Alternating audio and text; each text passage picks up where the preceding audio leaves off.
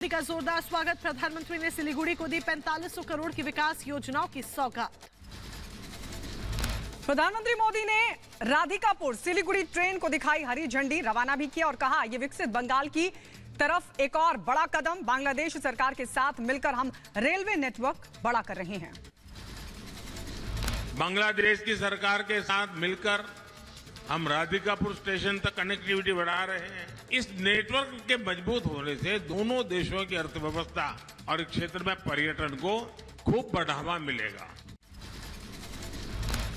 प्रधानमंत्री नरेंद्र मोदी आज यूपी को देंगे 42,000 करोड़ की विकास योजनाओं की सौगात। आजमगढ़ एयरपोर्ट समेत देश के नए टर्मिनल का भी करेंगे शुभारंभ। प्रधानमंत्री मोदी आज आजमगढ़ से वर्चुअली लखनऊ के अमौसी एयरपोर्ट के टर्मिनल 3 का करेंगे उद्घाटन। इस दौरान अमौसी एयरपोर्ट पर रक्षा मंत्री राजनाथ सिंह, नागरिक उड्डयन मंत्री ज्योतिरादित्य सिंधिया भी रहेंगे मौजूद। गाजीपुर को भी पीएम मोदी देंगे मेगा सौगात। गाजीपुर के बहुप्रतीक्षित योजना रेल ब्रिज का भी पीएम करेंगे उद्घाटन। 1,6500 करोड़ की लागत से रेल कम रोड ब्रिज बनकर होगा तैयार। उत्तर प्रदेश के कुशीनगर को आज विकास परियोजनाओं की देंगे योगी आदित्यनाथ सौगात। महात्मा बुद्ध कृषि विश्वविद्यालय की आधारशिला भी रखेंगे सीएम योगी। बंगाल के संदेश खाली में बीजेपी आज करेगी सभा। पार्टी यहां की महिलाओं को करेगी सम्मानित। बीजेपी के कई बड़े नेता सभा में होंगे शामिल। बंगाल की सीएम ममता बनर्जी ने कोलकाता ब्रिगेड में विशाल रैली का किया आह्वान। सोशल मीडिया के जरिए लोगों को जमा होने के लिए कहा है। आज राजस्थान में कांग्रेस को लगेगा एक बहुत बड़ा झटका। बीजेपी में शामिल होंगे पूर्व मंत्री लालचंद कटारिया समेत कई नेता। आज होने वाले रेल रोको आंदोलन को लेकर अंबाला पुलिस ने की अपील। सोशल मीडिया पर वीडियो जारी कर प्रदर्शनकारियों से आंदोलन में हिस्सा न लेने की अपील की। आज भारत और यूरोपीय मुक्त व्यापार संघ के बीच होने वाला है एक बड़ा व्यापार समझौता। समझौते के बाद लाखों की संख्या में रोजगार होंगे पैदा। $100 अरब के निवेश का है लक्ष्य। और आज से 3 दिनों के भारत दौरे पर रहेंगे न्यूजीलैंड के डिप्टी पीएम पीटर्स। भारतीय विदेश मंत्री एस जयशंकर के निमंत्रण पर पीटर्स करेंगे ये दौरा।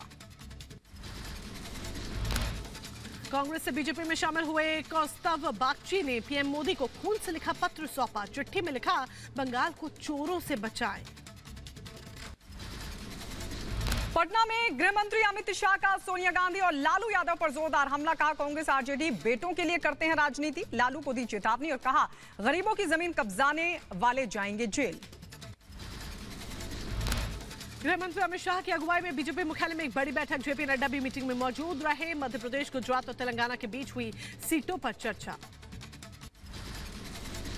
एनडीए में शामिल हुई TDP Jana Sena party. JP Nadda ने एनडीए में टीडीपी जनसेना पार्टी का किया स्वागत। ट्वीट कर लिखा, बीजेपी टीडीपी जनसेना विकास के लिए प्रतिबद्ध। उत्तराखंड में कांग्रेस को लगा बड़ा झटका। कांग्रेस नेता मनीष खंडूरी बीजेपी में शामिल हुए। सीएम धामी की मौजूदगी में शामिल हुए खंडूरी पूर्व सीएम भुवन चंद्र खंडूरी के बेटे हैं मनीष। राजस्थान में सियासी हलचल तेज। कांग्रेस के कई नेताओं ने बीजेपी में शामिल होने पर कांग्रेस नेता सीएम लोढ़ा ने कहा बीजेपी में जो नेता जा रहे हैं उनके निजी स्वार्थ हैं। बीजेपी ने यूपी बिहार में विधान परिषद के उम्मीदवारों की लिस्ट जारी की है। बिहार से मंगल पांडे, लाल मोहन गुप्ता और यूपी से अशोक कटारिया, मोहित बेनीवाल समेत 7 नामों का ऐलान किया गया। बीजेपी के विधान परिषद उम्मीदवारों की लिस्ट पर बोले बीजेपी के राज्यसभा सांसद बाबूराम निषाद। आपको बता दें उन्होंने कहा कि सबको सम्मान मिलता है, हमारी पार्टी एक कैडर बेस्ड पार्टी है। लोकसभा चुनाव के लिए शरद पवार ने सुप्रिया सुले के नाम की घोषणा की है। महाराष्ट्र की बारामती सीट से ही सुप्रिया सुले उम्मीदवार है।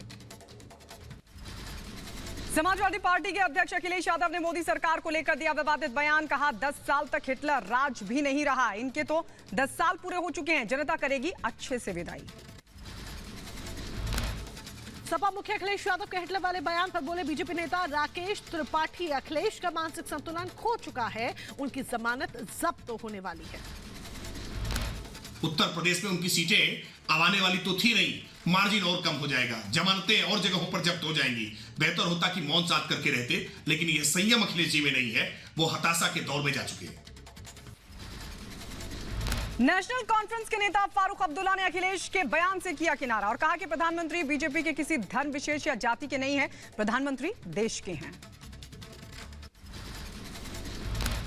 अखिलेश यादव के पीएम मोदी को हिटलर वाले बयान पर बोले नलिन कोहली, कांग्रेस को अखिलेश यादव हो, लालू यादव हो, इन्होंने तय कर लिया है कि वो पीएम मोदी पर व्यक्तिगत टिप्पणी करेंगे।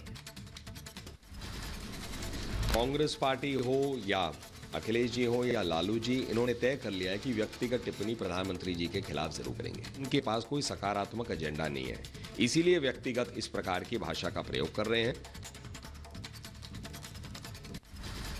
अखिलेश के हिटलर वाले बयान पर बीजेपी के नेता टॉम की तरफ से भी पलटवार किया गया। कहा इस बार तो अखिलेश यादव की पूरी तरह से विदाई तय है।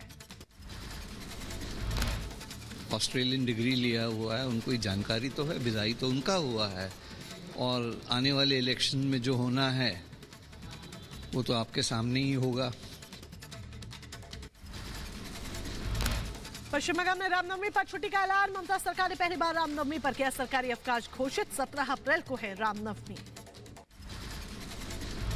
रामनवमी पर पश्चिम बंगाल में छुट्टी घोषित करने पर बीजेपी ने कसा तंज। कहा ममता की हिंदू विरोधी छवि सुधारने की कोशिश, लेकिन अब बहुत देर हो चुकी है।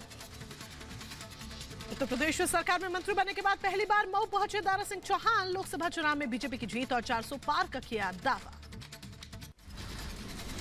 इस तरीके का उत्साह मैं देख रहा हूं, जो 400 का लक्ष्य निर्धारित किया 400 के पार, लेकिन ये उत्साह देख करके मुझे लगता है कि 400 के पार इसका पता नहीं चलेगा कि कितना पार गया। उधर कांग्रेस पर परिवहन मंत्री दयाशंकर सिंह ने बड़ा हमला किया और कहा कि यूपी से मैदान छोड़कर भाग गए सोनिया गांधी और राहुल गांधी।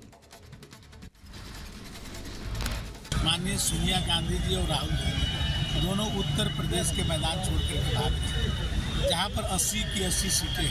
तो ये कांग्रेस पार्टी का कॉन्फिडेंस गायब हो चुका है और मोदी जी के सामने वो टिक नहीं पाएंगे। उत्तर प्रदेश के अंबेडकर नगर में केंद्रीय वित्त राज्य मंत्री पंकज चौधरी ने कानून व्यवस्था की तारीफ की है। कहा योगी सरकार ने बदली दशा और दिशा। उत्तर प्रदेश के अंबेडकर नगर में पोलिंग बूथ पर चढ़कर सुनाया जाएगा वोटर्स का नाम। जिन वोटर्स के नाम नहीं होंगे उनके तत्काल जोड़े जाएंगे नाम। लखनऊ में बोले रक्षा मंत्री राजनाथ सिंह। कहा लखनऊ के लोगों ने मुझे बहुत प्यार दिया है, पीएम के नेतृत्व में एनडीए की सरकार बनेगी। हरियाणा के गुरुग्राम में लोकसभा चुनाव को लेकर हुई बीजेपी की बैठक में शामिल हुए मध्य प्रदेश के सीएम मोहन यादव। चंडीगढ़ में फिर हुआ खेल। आम आदमी पार्टी छोड़कर बीजेपी में गए 2 पार्षद पूनम और नेहा सहरावत ने घर वापसी की। दोनों पार्षद वापस आम आदमी पार्टी में शामिल हो गए। लोकसभा चुनाव के ऐलान से पहले राष्ट्रीय चुनाव आयुक्त अरुण गोयल ने अपने पद से दिया इस्तीफा, राष्ट्रपति ने किया मंजूर। राजनीतिक विश्लेषक रतिंदर सिंह ने आम आदमी पार्टी पर निशाना साधा। कहा आम आदमी पार्टी कांग्रेस के साथ गठबंधन कर लोगों को रिझा सकती है, मगर मोदी की छवि को दिल्ली में नहीं तोड़ पाएंगे। ये मोदी की छवि को हिला पाएंगे या उसको डैमेज कर पाएंगे, ऐसा हमको तो लगता नहीं है भैया। और दूसरा, इनके पास कोई मुद्दे भी खास है नहीं। ये क्षेत्रीय मुद्दों पे नेशनल इलेक्शन लड़ना चाहते हैं। उत्तर प्रदेश के फिरोजाबाद में गैंगस्टर एक्ट में प्रशासन की बड़ी कार्रवाई। आरोपी साजिद खान की 2 करोड़ से ज्यादा की चल अचल संपत्ति हुई कुर्क। राजस्थान क्रिकेट संघ को मिला एक नया अध्यक्ष। धनंजय सिंह खिंसवार को चुना गया अध्यक्ष। आरसीए चुनाव के बाद स्थायी अध्यक्ष चुना जाएंगे धनंजय सिंह। पंजाब के मोहाली में पुलिस और बदमाशों के बीच हुई मुठभेड़। एनकाउंटर में 3 बदमाशों को लगी गोली। बदमाशों ने डेरा बस्सी में फायरिंग की थी, जिसमें एक महिला की मौत हो गई थी।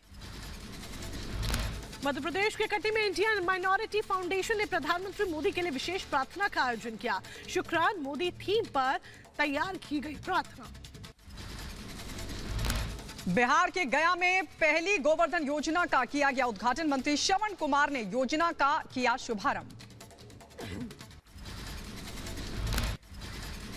महाराष्ट्र के कोल्हापुर में गोदाम में लगी भीषण आग। बगल चौक चाहू मिल रोड पर पटाखा फैक्ट्री में लगी भीषण आग। उत्तर प्रदेश के अंबेडकर नगर में देर रात हुआ बड़ा हादसा। डबल डेकर बस अनियंत्रित होकर पलट गई। हादसे में एक की मौत। डबल डेकर बस पलटने से कई यात्री हुए जख्मी। 3 यात्रियों को पहुंचाया गया अस्पताल। बस में 25 यात्री थे सवार। इसमें 26 लोग इंजर्ड हुए थे और जिसमें से अभी तक एक कैजुअल्टी है और 2 लोगों को मेडिकल कॉलेज हेतु रेफर किया गया है। उत्तर प्रदेश के बहराइच में ईंटों से भरा ट्रैक्टर ट्रॉली पलटा।